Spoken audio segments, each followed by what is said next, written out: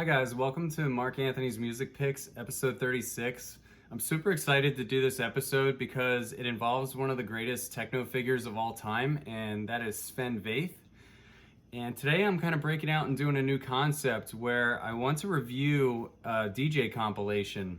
And for Sven Vath, there's a lot to choose from, but I'm specifically today going to zero in on his Sound of the Sixth Season DJ compilation, which came out in 2005. For me, this was really influential. I had a couple other Sven Vath CDs that were older from like maybe 2000, 2001, and I didn't like those as much because maybe 2002, there was more of like a hard techno vibe going on at that point, and it was kind of dominating the scene. But Doombot, hanging out with him, he was all about this CD. And I'll kind of give you guys a quick little tour of the inside.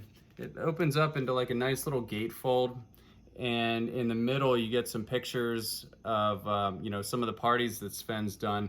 But like I said, this was a very influential CD for, I think, Doombot and I initially hanging out, because it got us into the very early aspects of minimal techno and got us introduced to a lot of like epic artists that have since blown up or like blew up because of being featured on this CD. A little bit of history about Sven Vath. I feel like I need to like talk about this guy a little bit because he's so awesome.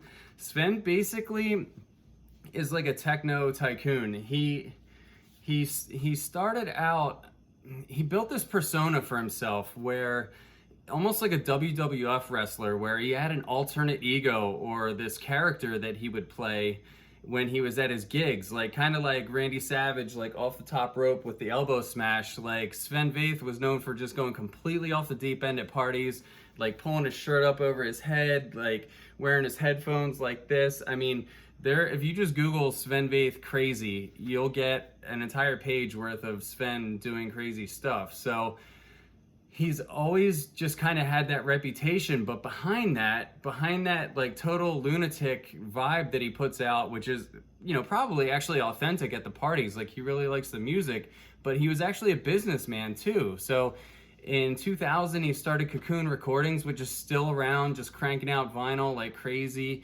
He DJ'd at Amnesia for a number of years. He had the Cocoon Club that he like ran and kind of curated, I guess, until 2012 when that closed. And he's just this like perennial force that just cranks out really nice techno. I mean, he does have a lot of misses in the Cocoon Recordings catalog. I'm not going to say that catalog is known for its quality. It's more like a quantity thing where there's a lot of like high energy music in there, and I'm not saying that there's bad ones in there, but there's some that are just like a little bit more run of the mill, and then every once in a while there'll be a bomb that just comes out on there, like that one behind me, like Timo Maas's Subtolite. But yeah, the label is really prolific. It's kind of known. Oh, and they also do the every summer you get the Cocoon Compilation series coming out, which is 6 vinyls. And they started with Cocoon Compilation A in the year 2000, and now they're all the way up to Cocoon Compilation S. I noticed that in 2020, there wasn't one that came out. I don't know, maybe it's a little bit late due to COVID or what. And then also on top of that, at the end of every clubbing season, I guess which is around Thanksgiving or early December, Sven will put out a Sounds of the X season. And we're up to the 19th or 20th season, like I said. And the interesting thing about those is that Sven only plays vinyl, right? So he only includes tracks on there that are vinyl. And for somebody like my channel, I mean, this is like the perfect guy for me, because I can go and listen to his Sound of the X season, or maybe just sample it and like see, it's like, what did Sven find this year? What has he been playing? And invariably there's 4 or 5 records on each one that I'm like, oh, I like that one. Like, I kind of use him as like a buying guide in case I missed anything. And in particular, this Sound of the Sixth Season, which I think is still highly relevant today, this one had like 8 songs on it. So I thought, why don't I just make an episode and kind of give people a tour of the songs that influenced me from this double CD here. So I'm gonna go through them in the order that they appear on the album. And I'm probably gonna mispronounce a lot of these artist names because I've only ever seen them in print, so just take it easy on me, guys. The first one is Accidents Grotesque, and this is the Isbugs EP, and the track is called Isbjorn, or maybe the J is silent, maybe it's just Isborn, I don't know. But the track on here, Isborn, is like totally crazy. It's like this hodgepodge of like kind of like a cheesy but fun not melody, like a synth. It has a cowbell. It has like very harmonic, high frequency melody, almost like super high violin strings. And if you looked at it on paper, you would think there's no way that these elements are gonna sit together nice and play well together, but they do. It turned out to just be like such an odd but beautiful piece of music. And it kind of like kicks off the CD and really gets the energy going. I think this is the third track on disc 1.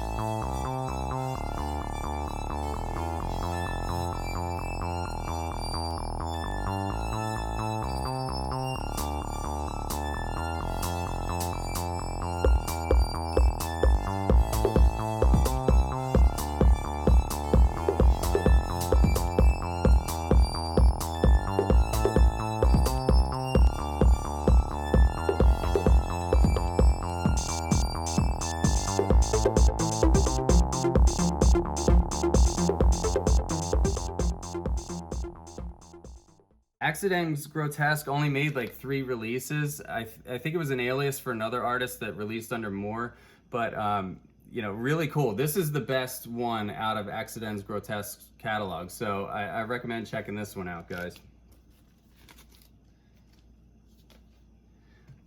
The next is an artist that I've talked about a few times, and it's Gabriel Nanda. Like I've said this before, Gabriel Nanda and Dominic Uhlberg kind of play in the same realm, which is childlike music.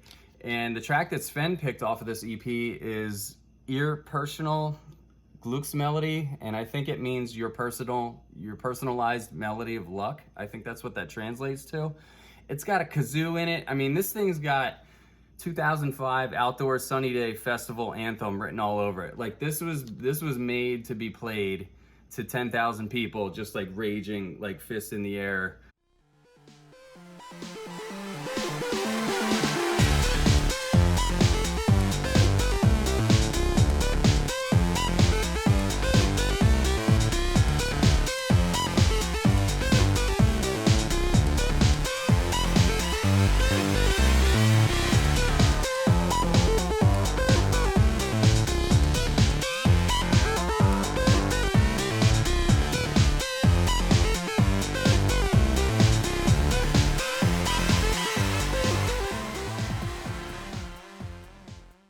I've also always liked Childish Dream or Childlike Dream on the B1. Childish Dream is my favorite Gabriel Nanda track of all time. So you've got his most popular, which is Personal Glücksmelodie, and Childish Dream on one EP. And this is easy to get, very ubiquitous record, and something that I would recommend if you just want to have like a really fun festival crazy party record in your catalog. Later on in disc 1, like 3 or 4 tracks later, Sven drops Extra Welt's Super Fuss. Now, it's actually mislabeled on the CD as, or I said Super Fuss, it's Super Track, and it's mislabeled as Zoo Fuss. Now, I love Zoo Fuss, and I included Zoo Fuss Mutter Mix into my Border Community episode, but Super Track was the one that put Extra Welt on the map, in my opinion, and it also kind of like cemented Border Community as an established label.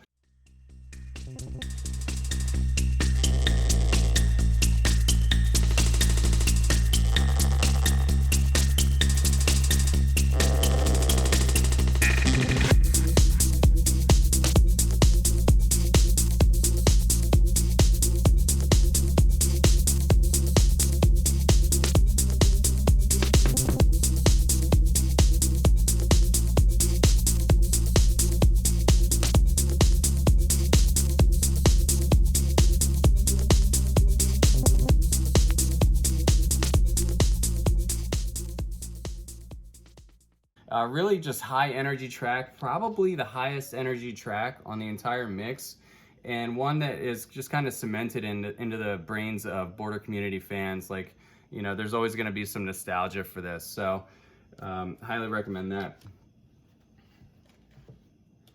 Sven goes straight from Supertrack into Matthew Johnson's Marionette. Now, I did a Matthew Johnson Marionette mention or shout out in episode 5, but I'm gonna talk about it again because it's just huge. It's the biggest track in Matthew's catalog. It's the best track he's ever made, and I can say that objectively speaking. Like, this is where he really hit a home run.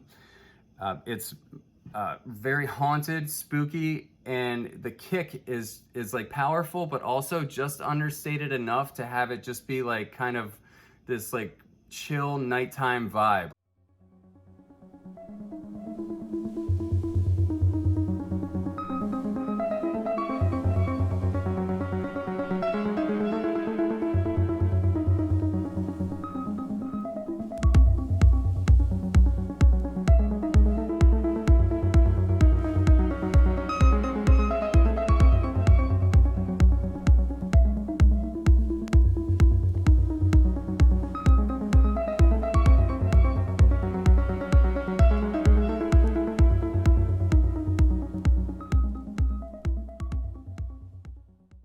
This should only be played at night, in my opinion, because of how like just spooky and dark and kind of, it's just kind of like a foggy night, if that makes any sense.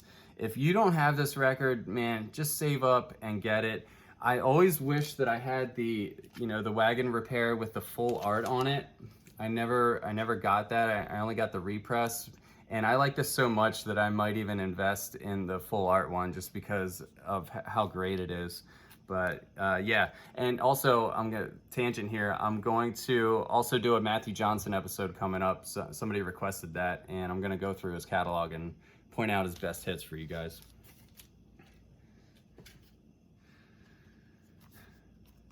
All right, and now on to disc 2. He starts out with a Jay Hayes track, which is like kind of cool, but this is where it really starts to get serious on disc 2. This is Isolee's album.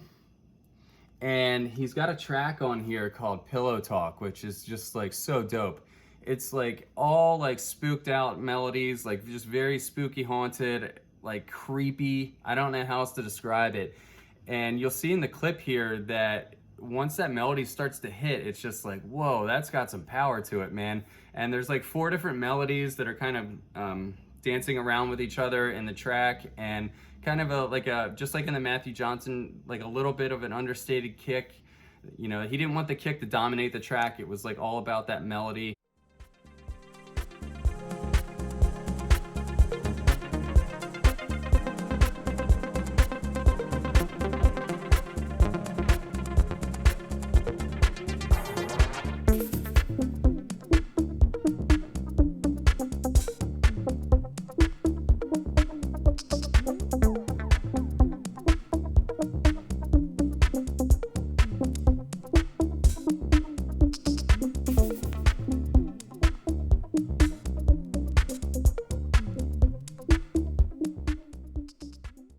This has been something that has, you know, always had a spot on my top shelf. I just absolutely adore this one.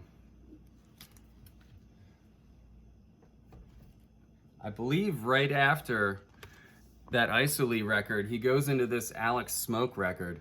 And this is like kind of like proto Minimal. Like Minimal to me blew up in like 06 and 07. So this was like tech house and Minimal that wasn't like kind of crappy and annoying to listen to. It was the total opposite of that. The vocal is kind of like dark and nihilistic, I guess would be the word, or, you know, I don't know, borderline suicidal. It's kind of bleak. It's got a bleak outlook, but the melodies are very almost like they have like a very slow attack on them. So it's just like they kind of like kind of just like pulse real slow like this. And it has this like ambient drone kind of feel to the melodies that are lurking in the background.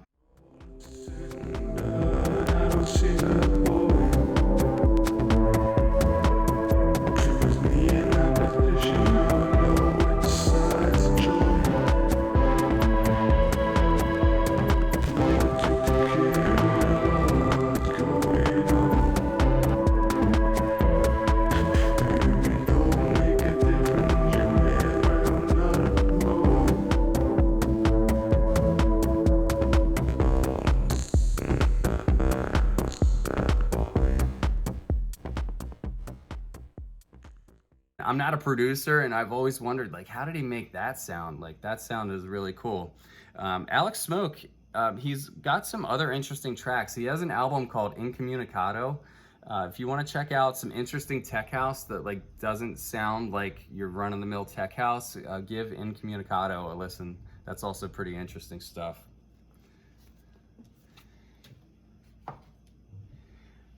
And Sven finally closes out the CD2 with Seraphin's Hazenmat. And this is just like kind of like a charming, twinkly melody. It has a steady kick, but it also has like some broken percussion that kind of just eases it down.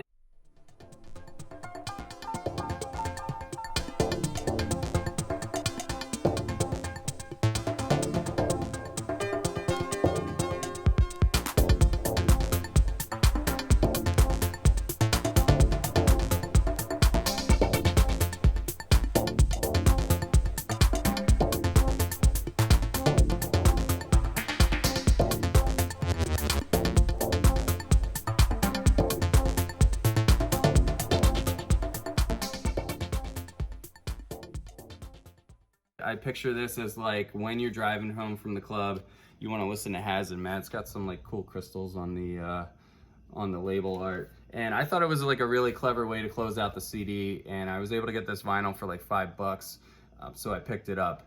I also forgot to mention, now that I'm like 3/4 of the way through this episode, there's another track that I don't have the vinyl for. I ordered it like 2 or 3 weeks ago, and I'm still waiting for it to come. It's Hug and Pep Snebellen, or I don't know how to pronounce it, but I'm gonna give you guys a clip here like I always do. And the interesting thing about that Hug and Pep track, that's like all the way back on disc 1. I think it's like track 2 or 3. The interesting thing about it is it starts with kind of like a cheesy 2005 electro tech house kind of intro, and you're like, man, I hope the whole song doesn't sound like this. And right at this point, it just kind of like junctures into a slow trance, like 125, 126, just trance and just big soaring synths. And it just like crushes it for the rest of the track. It's like, why didn't you just like crush it from the opening instead of having this like kind of like goofy intro that has nothing to do with the rest of the track?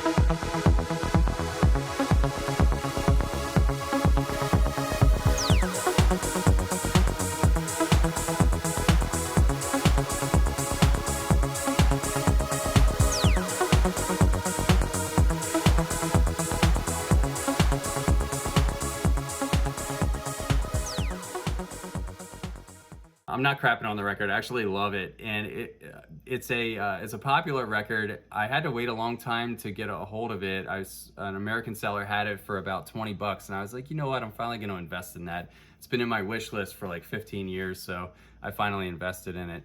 Guys, let me know if you have any other recommendations for sounds of the X season. Like which ones I should check out, which ones you think have been really powerful, or maybe that had a big influence on you. I hope you enjoyed this episode and enjoy your Labor Day. Take care. Peace.